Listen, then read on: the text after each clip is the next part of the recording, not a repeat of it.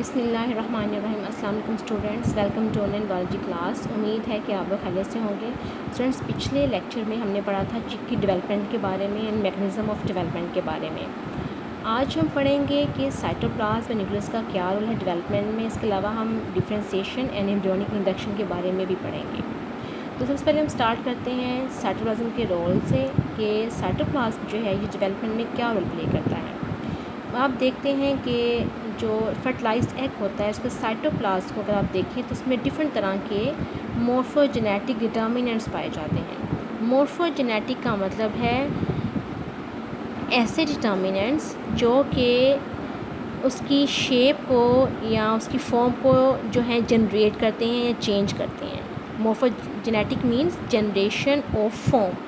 Genetic means या genesis mean generation and morpho means form. यानी कि डिफरेंट तरह के मोर्फोजेनेटिक डिटर्मिनेंट्स वो डिटर्मिनेंट्स हैं जो कि सेल को एक ख़ास किस्म के सेल में डिफरेंशिएट होने में स्पेसिफाई होने में हेल्प करते हैं।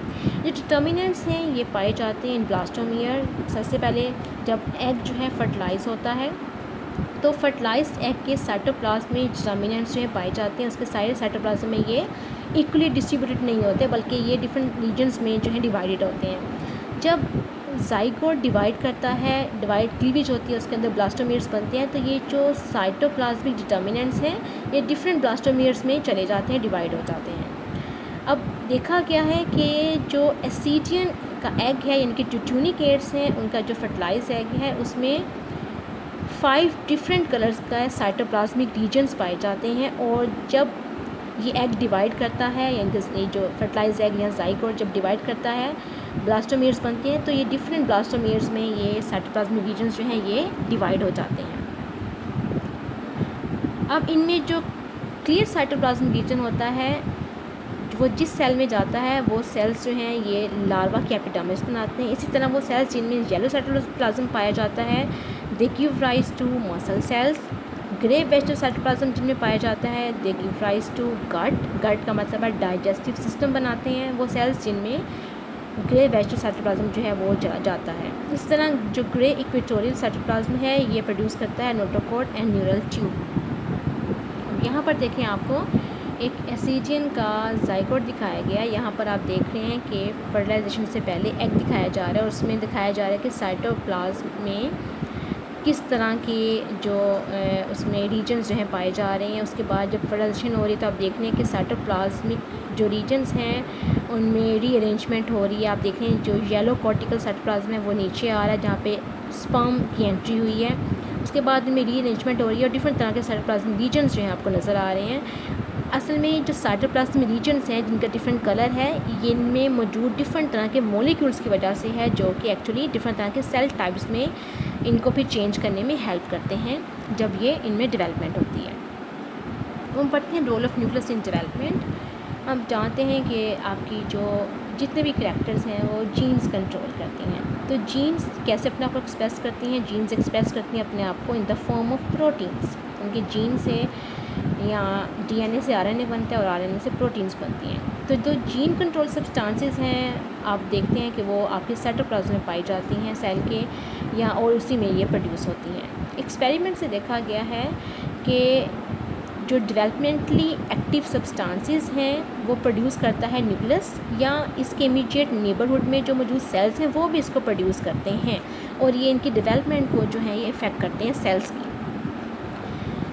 इसमें एक्सपेरिमेंट किए गए थे। इनमें एक एग्जांपल हम पढ़ते हैं मल्टीसेलुलर एल्गा की एसिटेबल एरिया की। ये एसिटेबल एरिया अगर आप इसका स्ट्रक्चर देखें तो ये मुश्तमिल होता है एक राइजोइड पे जो कि राइजोइड एक आप कह सकते हैं एक रूट लाइक स्ट्रक्चर है जैसे कि यहाँ पर आपको नज़र आ रहा है। ये राइजोइड है जो इसको अटैच कर रहा है ग्राउंड के साथ। फिर राइजोइड के साथ स्टॉक होती है, टहनी है जिसके एंड पर टॉप पर अम्ब्रेला शेप्ड कैप पाई जाती है। स्ट्रक्चर और शेप की बेस पर कैप की एसिटेबुलेरिया की 2 स्पीशीज़ हैं। एसिटेबुलेरिया मेडिटेरेनिया जिसमें रेगुलर शेप्ड कैप पाई जाती है एंड एसिटेबुलेरिया क्रेनुलेटा जिसमें एक रेगुलर शेप्ड कैप पाई जाती है। अब यहाँ पर देखें, यहाँ पर आपको दिखाया जा रहा है कि ये एसिटेबुलेरिया मेडिटेरेनिया है जिसमें आप देख रहे हैं कि रेगुलर शेप्ड कैप पाई जा रही है और ये एसिटेबुलेरिया क्रेनुलेटा है जिसमें जो कैप है ये इरेगुलर शेप्ड है। और इसमें देखा गया कि इसमें एक सिंगल न्यूक्लियस पाया जाता है जो इसकी बेस में प्रेजेंट होता है। चाहे ये जो एल्गा है जितनी मर्जी हाइट जो है अटेन करे, लेकिन इसमें जो स्टॉक होता है उसमें एक ही न्यूक्लियस पाया जाता है उसके बेस में। अब इस पर एक्सपेरिमेंट किया था हैमरलिंग ने। उसने देखा कि अगर आप इस एल्गा की कैप को रिमूव कर दें तो ये एक नई कैप रीजनरेट कर लेते हैं। तो इसने इसके ऊपर फिर एक्सपेरिमेंट किए। उसने क्या किया, उसने इसके न्यूक्लियस कंटेनिंग राइजोम को कट किया, यानी कि उसने राइजोम को कट किया, इसका न्यूक्लियस मौजूद था एक एल्गा में से, एक स्पीशी में से, यानी कि जो एसिटाबुलेरिया मेडिटेरेनिया की राइजोम को कट किया जिसके अंदर न्यूक्लियस मौजूद था, और उसकी जगह दूसरी स्पीशी यानी कि ए ग्रैनुलेटा का राइजोम जो है वहाँ पर जाकर ग्राफ्ट कर दिया जिसके अंदर न्यूक्लियस मौजूद था, ए ग्रैनुलेटा था। अब उसने कैप को रिमूव कर दिया स्टॉक के ऊपर से। अब उसने देखा कि जो नई कैप रीजनरेट हुई है, बनी है, वो ए मेडिटेरेनिया की नहीं थी जिसकी स्टॉक पे वो लगी हुई थी, बल्कि वो एक ग्रैनुलेटा की थी जिसका न्यूक्लियस जो है उसके अंदर मौजूद था।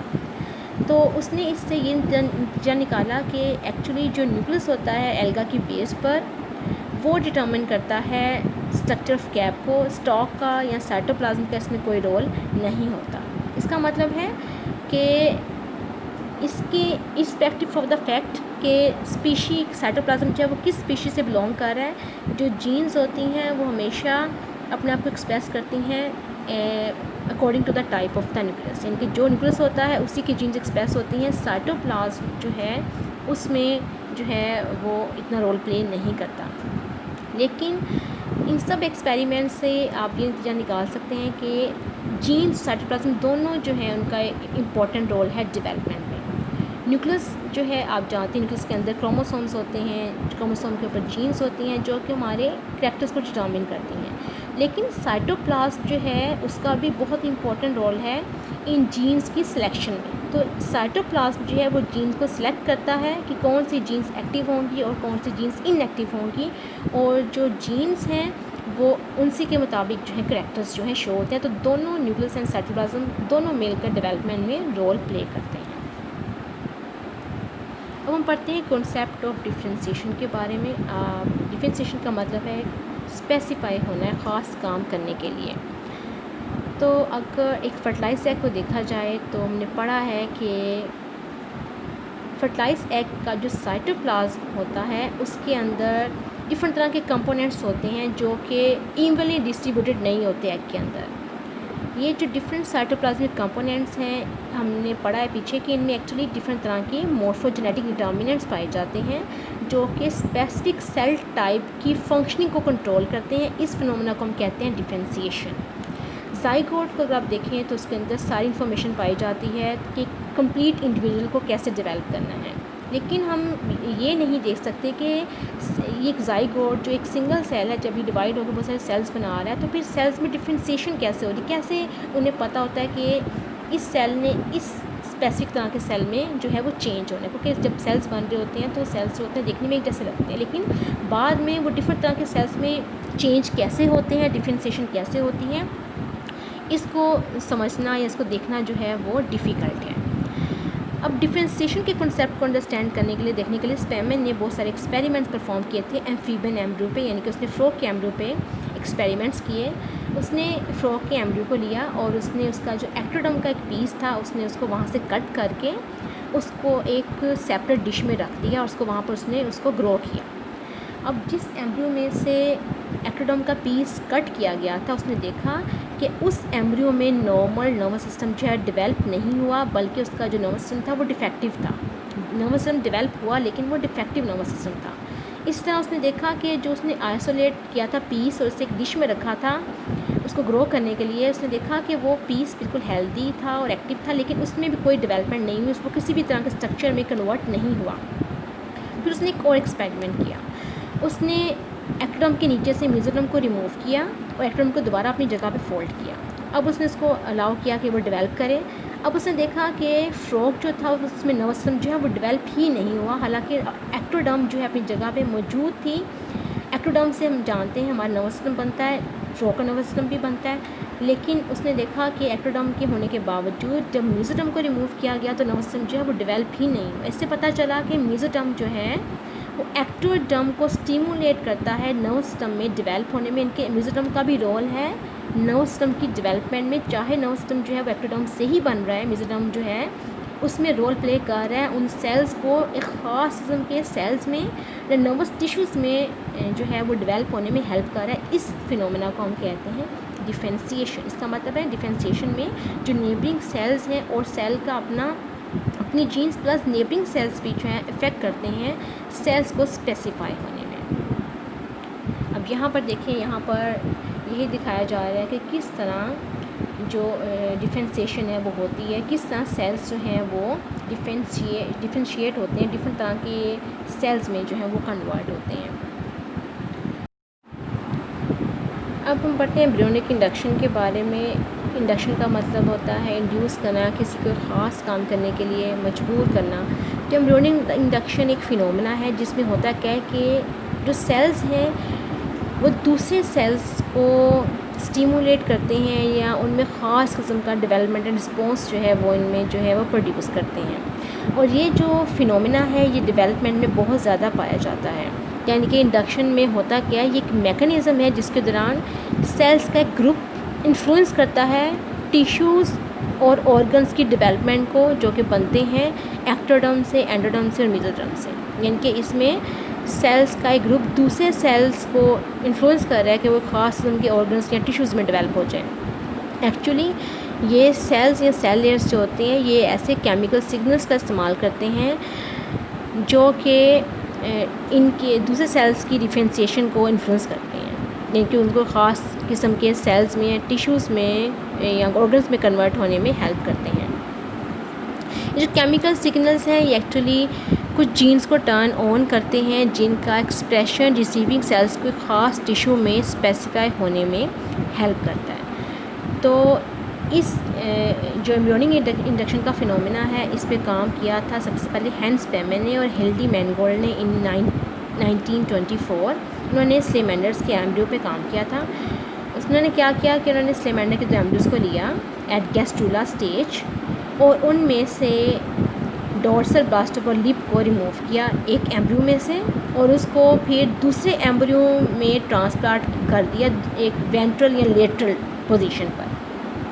उन्होंने देखा कि जहाँ पर उन्होंने डोर्सल ब्लास्टोपर लिप को ट्रांसप्लांट किया था उस जगह पे इन्वेजिनेशन हुई, इनके वो जो टिश्यू है वो अंदर को इन्वेजिनेट करके डेवलप हो गया इनटू नोटोकॉर्ड एंड सोमाइट। इसके अलावा उसने देखा कि इन्होंने ये जो टिश्यू था उसने सेकंड एम्ब्रियो को इंड्यूस किया कि वो न्यूरल ट्यूब बनाए और उसमें कंप्लीट नर्व सिस्टम जो है डेवलप हो गया उस जगह पर जहाँ पे टिश्यू जो है ग्राफ्ट किया गया था।